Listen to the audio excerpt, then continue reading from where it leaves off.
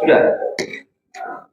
Baik, Assalamualaikum warahmatullahi wabarakatuh. Waalaikumsalam warahmatullahi wabarakatuh. Terima kasih adik-adik dari Unipar. Kita melanjutkan pembahasan. Mari kita bahas tema 1 dan 2, kenali potensi dan kelola emosi. Ini jurus yang ketiga. Sama seperti sebelumnya, jurus ketiga di semua jurus kita hebat ini akan kita lakukan simulasi atau bisa distilahkan role, yaitu menggunakan teknik arca. Jadi pemaparan ini, teknik ini bisa digunakan nanti ketika memberikan layanan. Teknik arca ini sebetulnya bagaimana mewujudkan deep learning itu yang diharapkan oleh pemerintah itu bisa terjadi. Deep learning itu harapannya apa? Di situ terjadi proses pembelajaran yang dipahami oleh peserta didik secara menyeluruh. Hari ini kita coba kita kemas secara singkat untuk penerapan arca dalam jurus pembukaan resiliensi. Ada yang pernah tahu apa resiliensi? Belum tahu, mungkin bisa dijelaskan. Oke, resiliensi itu istilah mudahnya kalau secara teori itu kan daya bangkit. Daya bangkit. Orang dalam kondisi susah, siswa dalam kondisi gelisah, dalam kondisi frustasi, dia bisa bangkit melawan itu. Yang paling nampak misalkan kita kasih contoh. Contoh orang yang punya resiliensi yang kuat seperti presiden kita kan. Adik-adik sudah tahu kan berapa kali kalah telur, akhirnya dia bisa bangkit dan bisa memenangkan kompetisi. Kurang lebihnya gambarannya seperti itu. Nah, teknik arca itu bagaimana penerapannya? Ini ada 4 aktivitas. A itu yang pertama namanya aktivitas. Kalau dalam bahan tayang ini itu kita bisa menyesuaikan, tidak harus sama persis membangun menara dengan menara.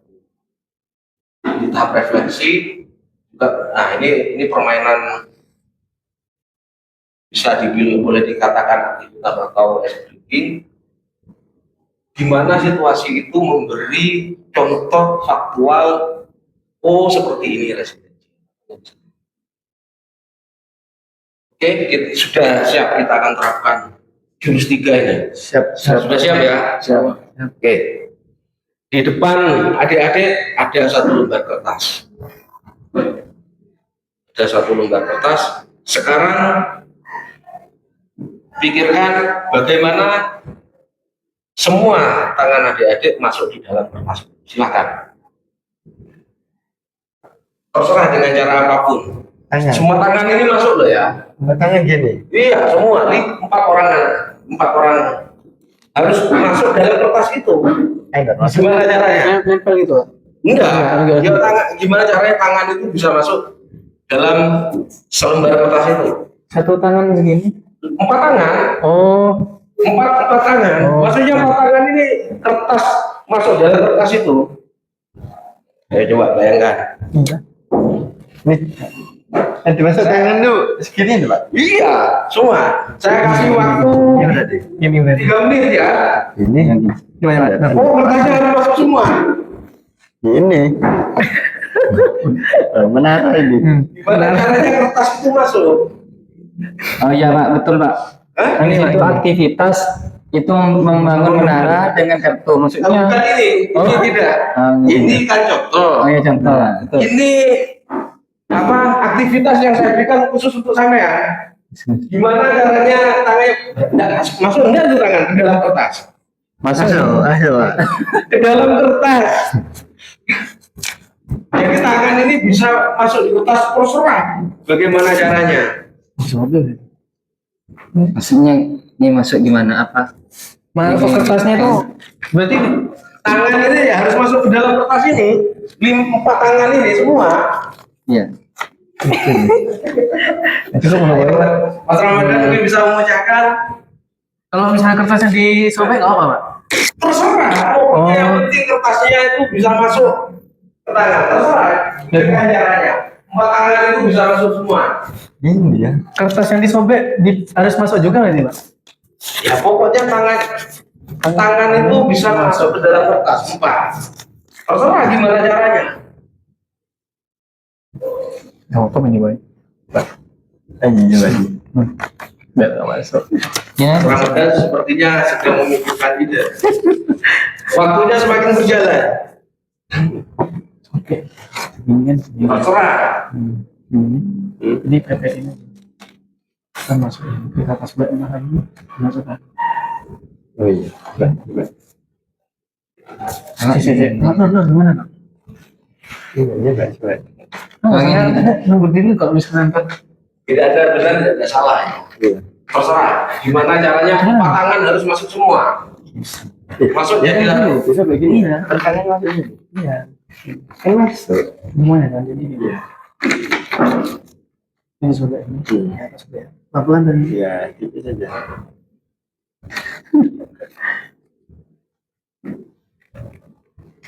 Bebas ya caranya. Bagaimanapun caranya, yang penting 4 tangan itu masuk di selembar kertas itu.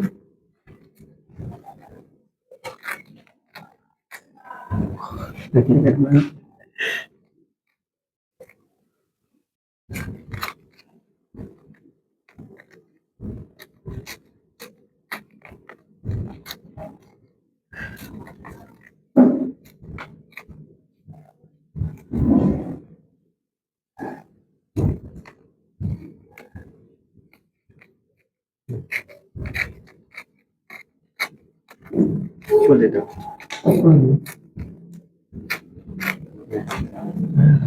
Masuk. Kan masuk. masuk. Tangannya masuk. Ini saya pelan-pelan. Gini Pak. Oke. Maaf ya. Ini tahap A. Jadi simulasi ilustrasi penerapan tahap A itu ya di tahap ini. Di tahap ini. Ketika kita diberi tantangan, bagaimana menyelesaikan tantangan itu? Ini pertanyaan saya kemudian. Yang kedua, tadi yang pertama sudah terjawab. Ini bisa enggak masuk 10 kaki dalam satu kertas? Satu lembar kertas 10 kaki. 10 kaki. 10 kaki. Hah? Kakinya kita nih. Iya. Ini 8 kaki masuk dalam satu kertas. Ya,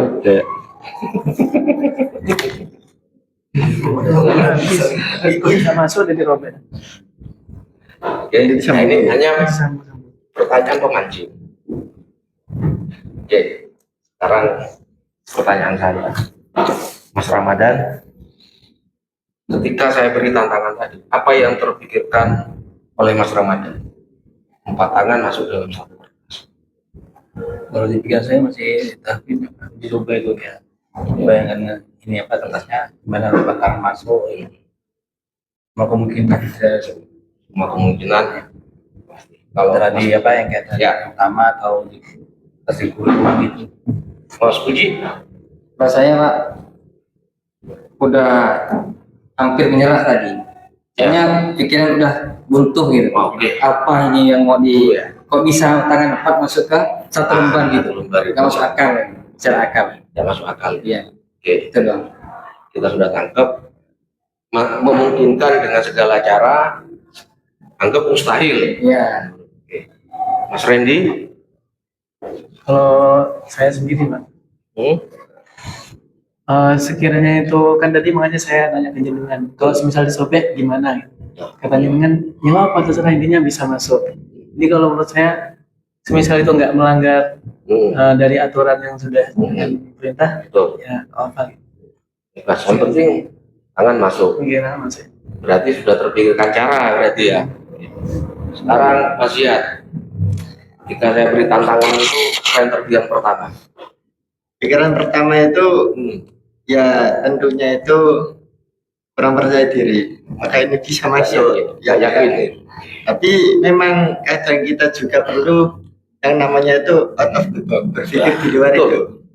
Jadi kita itu perlu juga berpikir hal yang seperti itu. Ya contohnya seperti ini. Jadi out of the box-nya itu kita menyobek kertas sehingga bisa masuk gitu. Jadi segala cara itu, segala cara. inilah yang disebut tahap R, refleksi. Jadi ada proses bermain di mana dalam permainan itu ada insight, ada pembelajaran yang bisa diserap oleh siswa. Selanjutnya dari tahap R itu kita akan ke namanya konsep. Dan konsep.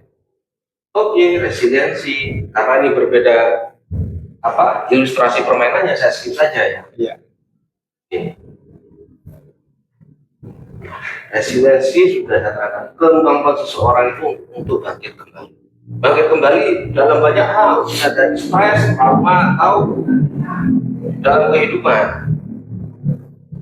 Mengapa itu penting? Ada berita-berita itu loh, siswa bunuh diri apa segala macam karena tidak bisa menghadapi situasi yang sangat menantang. Kita skip saja. Nah, lantas apa tadi yang mempengaruhi tingkat resiliensi seseorang? Itu adalah pola pikir. Kita pernah dengar istilah ini, fixed mindset dan growth mindset. Fixed mindset itu relatif orang itu menetap, relatif berpikir seperti pada umumnya. Sementara growth mindset tadi disampaikan oleh Mas Yat, yaitu out of the box, segala cara bisa diupayakan. Nah, kalau dari pendapat antara Mas Ramadan sama Mas Uji, manakah yang fixed mindset tadi? Yang fix Pendapatnya siapa? Yang fixed mindset, mindset ya Mas Uji. Mas Uji. mustahil. Sementara Mas Ramadan tadi masih ada upaya growth mindset. Nah, kalau dari Mas Randy, ya ini growth mindset. Ternyata satu-satunya jawabannya fixed mindset, itu jawabannya Mas Uji. Resilient itu salah satunya dari mindset. Nggak bisa ini. Oh, bisa dengan segala cara. Oh, saya nemukan cara akhirnya. Oh, saya juga harus berpikir tidak pada umumnya. Ya, betul. Itu soal. Nah, fixed mindset misalkan suksesan. Ini dari mindset. Saya bisa sukses jika punya bakat. Wah, itu fixed, udah ada bakat. Bisa sukses. Kan bisa tuh. Pada akhirnya mindsetnya akan ke sana. Tapi kalau growth mindset, statementnya berubah, berbeda, bukan berubah ya, berbeda. Saya bisa sukses dengan berusaha. Ternyata statement itu cukup mempengaruhi pikiran seseorang. Kembali lagi akhirnya ke Mas Uji tadi. Jadi dalam pikiran Mas Uji sudah nggak mungkin. Saya gini Pak, mindset bisa berpengaruh secara keseluruhan. Nah, ini yang saya terangkan inilah yang namanya konsep. Konseptualisasi. Teknik arka itu sudah kita lewati dalam pembelajaran ini. Dalam waktu yang sekian menit. A, R hanya menjelaskan tentang ini. Sekarang ke tahap A. Ke tahap aplikasi. Nah, di tahap aplikasi ini boleh teman-teman menggunakan apa saja boleh. Mau itu instrumen ataupun aktivitas yang lain. Membuat tulisan begini boleh. Yang penting siswa itu diupayakan ada aktivitas yang menggambarkan tentang konsep resiliensi. Nah ini ya. Ini aplikasi burger kemarin sudah dibahas tapi tidak perlu saya sampaikan. Misalkan coba kerjakan 3 soal saja dalam sebuah situasi dan kalimat apa yang mendukung untuk situasi tersebut. Coba kasih contoh 1 aja.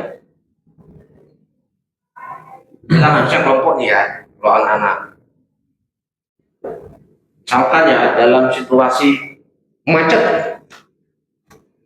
Apa kalimat yang menunjukkan grow mindset? Apa maksudnya? Macet. Misalkan nih, dalam posisi macet, saya mau ke kampus itu wis sepertinya terlambat, apa segala macam. Situasi yang, iya kan? Penting. Penting. Kira-kira untuk mendukung kalimat itu bagaimana?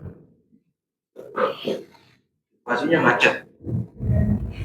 Ber- Berjalan terus. Terus malah mundur. Apa? Nyampe tujuan meskipun beda arah. Oke, good, boleh. Misalkan situasi belum nemu judul skripsi, ya ini yang paling gampang ini. Ya kan? Yang faktual aja. Ayo apa untuk mendorong itu kita pasti punya kok. Misalnya kita self talk kita itu kan termasuk bentuk dukungan fixed mindset atau growth mindset. Itu penting. Misalkan belum nemu judul ya yang faktual. Kira-kira self talk positif untuk situasi itu apa? Harus mencari. Ada yang lain lagi mungkin? Mungkin dengan situasi seperti itu tuh ini Pak, ya kayak misalkan kita itu stagnan nggak bisa mikir itu karena mungkin ada faktor lain, ya mungkin capek atau apa gitu, sehingga pikiran kita itu Terganggu ya? iya terganggu, akhirnya Akhirnya masuk ke fixed mindset itu. Tapi ketika waktu itu tenang gitu, tenang, santai, damai gitu, pikiran growth mindset untuk mencari itu bakalan ada. inilah yang disebut aplikasi penerapan dari fixed mindset itu atau growth mindset. Jadi adik-adik nanti ketika menyampaikan siswa tidak harus semua ambil satu topik saja, tapi semua teknik yang dibangun di jurus PKM dan ARKA itu bisa berbentuk. Sudah selesai hanya dalam berapa menit. Andaikan ini diperluas dengan kegiatan anak-anak, sudah satu topik tentang resiliensi mengenai fixed mindset itu sudah bisa kita lakukan. Kita tidak semua. Kan ada pertanyaan? Oke, selamat pendekar. Nah, kalian sama-sama ini pendekar ya. Selesai. Tuh ya, penerapan teknik ARKA di topik yang jurus ketiga bukan resiliensi. Silakan mungkin ada pertanyaan, Mas Ramadan. Untuk memulai menumbuhkan itu caranya itu gimana Pak? Kadang itu ya itu ketika di posisinya kita sedang kayak ya banyak masalah nggak mood gitu. Itu cara menumbuhkannya itu gimana? Nah, itu bisa dibahas di sesi konseling. Nah, ini pemahaman kan, pemahaman. Untuk mendalami ketika kita berada di situasi ini, makanya kan klasikal itu pintu gerbang untuk layanan konseling. Dan tanya kan, boleh tanya. Untuk Maksudnya? jurus 3 ini Pak, Ya. apakah itu untuk obat di semua masalah penyakit atau di sebagian gitu? Ini sebenarnya bukan obat, tetapi ini lebih ke informasi juga mendorong motivasi anak-anak. Jadi kita memberi pemahaman. Andai kata nih ada anak kita mengalami itu, ini kan nanti bisa berlanjut ke layanan bimbingan kelompok atau konseling. Mungkin saja ini kan untuk memancing anak-anak itu mengetahui kondisi diri. Kita memberi pemahaman. Ya sama, misalkan obat ini untuk pilek anak-anak, obat ini untuk batuk, kalian suka yang kapsul, apa yang sirup. Nah, sirup rasanya bagaimana Pak? Mungkin mereka mengalami gejalanya kayak gini, gejala seperti itu akhirnya berlanjut ke konseling. Nah, ini pemahaman untuk memancing anak-anak itu merefleksi diri. Makanya kan tadi ARKA ini tadi kan juga ada refleksi. Biasanya kan munculnya kesadaran itu munculnya kesadaran kondisi mereka ketika berada di posisi refleksi. Mereka kan tidak tahu nih, oh ternyata kalau saya itu berpendapat seperti ini, ternyata ini pikiran saya yang tidak berkembang. Artinya kalau, ya wis kalau, ya sudah tawar, saya tinggalkan. Gitu ya. Ya Pak, siap Pak. Oke, saya kira sudah cukup. Terima kasih. Mungkin ada yang tanyakan lagi? Ada Pak. Oh, oke. Misal nih Pak, kan kita udah ngasih layanan apa namanya klasikal seperti ini. Klasikal. Terus ada salah satu anak itu ya memang tidak tumbuh kesadarannya.